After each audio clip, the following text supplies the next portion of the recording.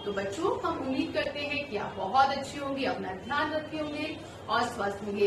तो बच्चों, पिछला साल बहुत मजे के साथ मस्ती करते हुए गुजरा और हम उम्मीद करते हैं कि नए साल की शुरुआत भी हम लोग उसी मस्ती और उसी जज्बे के साथ करेंगे जिस तरह से हमने पिछले साल को समाप्त किया। तो बच्चों, आज के इस वीडियो में मैं आपको लेकर जा रही हूँ एक ऐसी अनोखी दुनिया के सफर पे जहाँ पर आप मिलेंगे कुछ नंबर से। और हाँ बच्चों, इन नंबर्स को बहुत अच्छे से याद रखना। क्यों? क्योंकि इस पूरे सफर में ये नंबर्स ही होंगे जो आपके साथी बनेंगे।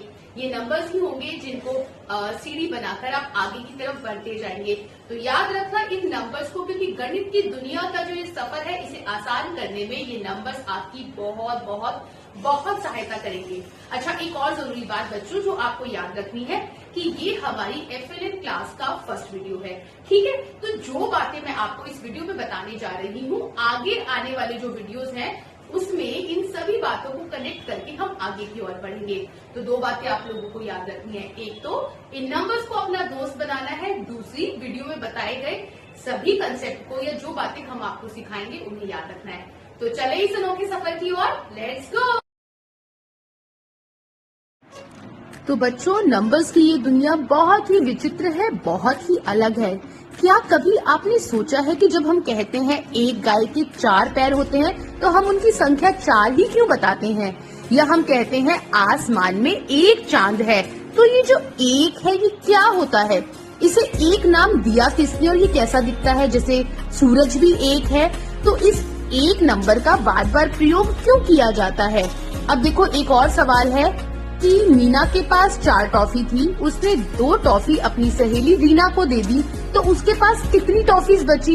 ये आप कई बार सुनते हैं, लेकिन जब आप इसे सुनते हैं तो ये 2 और 4 होते क्या है? क्या कभी आपके मन में ये विचार आया? तो बच्चों, आज हम इन्हीं सभी सवालों के जवाब खोजेंगे। हेलो दोस्तों, मेरा नाम मीनू है और आज मैं आपको सिखाऊंगी कुछ अंक। तो ये है एक यानी 1 क्यों? क्योंकि इस समय हमें अब स्क्रीन पर एक ही तितली उड़ती हुई नजर आ रही है। बच्चों, एक में एक संख्या होती है, जैसे एक फूल। एक को हम एक सीधी रेखा द्वारा प्रदर्शित करते हैं। तो इस समय आप देख रहे हैं एक फूल। हा हा हा, बगीचे का एक फूल। तो बच्चों, अब मैं तुम्हें 2 से परिचित करवाती हूँ। 2 यानी 2। और अब यहाँ पर तितली हो गई 2, जो बड़े मजे से उड़ रही है। ये गई वो गई, 2 तितलियाँ। जी हाँ, 2 मतलब 2 तितलियाँ। ये 2 तितलियाँ और 2 फूल दिख रहे हैं ना आपको बच्चों? 2 फूल, बगीचे के 2 फूल जो इधर से उधर लहलहा रहे हैं। तो बच्चों, अब हम बढ़ते हैं 3 की ओर। 3 अंक में 3 मात्राएं होंगी, यानी 3 तितलियां। 1, 2 और ये आई तीसरी तितली, और अब हो गई कुल 3 तितलियां। वाह भाई वाह, 3 तितलियां, खूब मजे से उड़ती तितलियां। और अब ये तितलियां हो गई 4। वाह! और बच्चों, 4 अंक की बनावट कुछ ऐसी होती है। 4 को हम ऐसे लिखते हैं, 4 यानी 4। 4 तितलियां बगीचे में उड़ रही हैं। तो आओ बच्चों, अब 4 से अगला कदम बढ़ाते हैं अंक 5 की ओर, और तितलियों की संख्या हो गई 5। 5 तितलियां, और 5 का चेहरा यानी 5 की आकृति कुछ इस प्रकार से होती है, जिसे हम इंग्लिश में कहते हैं 5। तो 5 तितलियां, खूब मजे से उड़ती तितलियां। और अब ये 5 तितलियां होने वाली है 6। अरे वाह, एक झुंड में 6 तितलियां, खूब मजे से उड़ती तितलियां। और 6 की आकृति कुछ इस प्रकार से होती है, 6 यानी 6। तो बच्चों, आपने देखी 6 तितलियां। अब हम आगे बढ़ते हैं और गिनते हैं इन तितलियों को। तो इस समय आपकी स्क्रीन पे है 1, 2, 3, 4, 5, 6 और 7 तितलियां। जी हाँ, पूरी 7 तितलियां। और 7 की बनावट कुछ ऐसी होती है। सीख रहे हो ना? समझ आ रहा है ना? और अंग्रेजी में 7 को 7 कहते हैं। तो आइए इस संख्या को आगे बढ़ाते हैं। फिर से गिनते हैं 1 2 3 4 5 6 7 और 7 के अंदर आके जुड़ी हमारी 8वीं तितली और 8 की बनावट होती है ऐसी। कितनी खूबसूरत बनावट है ना, 8 यानी 8। तो बच्चों बढ़ते हैं आगे और शुरू करते हैं फिर से हमारी गिनती। 1 2 3 4 5 6 7 8 और 9। जी हाँ, अब बारी है अंक 9 की। तो बच्चों इस समय 9 तितलियां स्क्रीन पर हैं और 9 अंक की बनावट होती है ऐसी। 9 यानी 9। तो आओ बच्चों एक मजेदार कविता द्वारा इन अंकों के नाम याद करते हैं। 1 2 3 4 आज शनि है कल इतवार। 1 2 3 4 आज शनि है कल इतवार।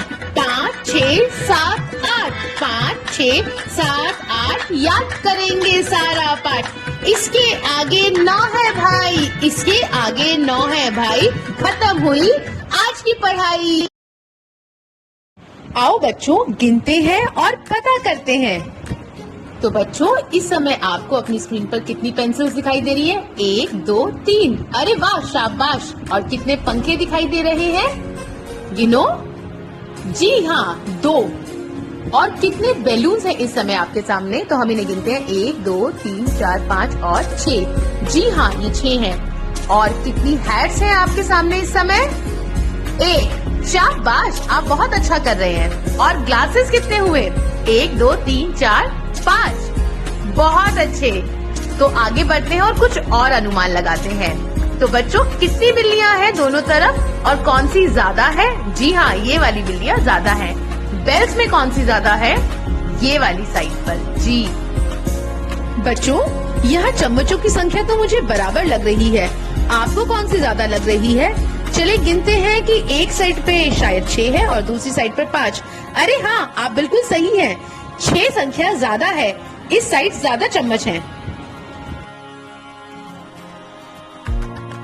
बच्चों को लेखन का अभ्यास कराने के लिए हम सैंड ट्रे या सेमोलिना ट्रे का उपयोग कर सकते हैं।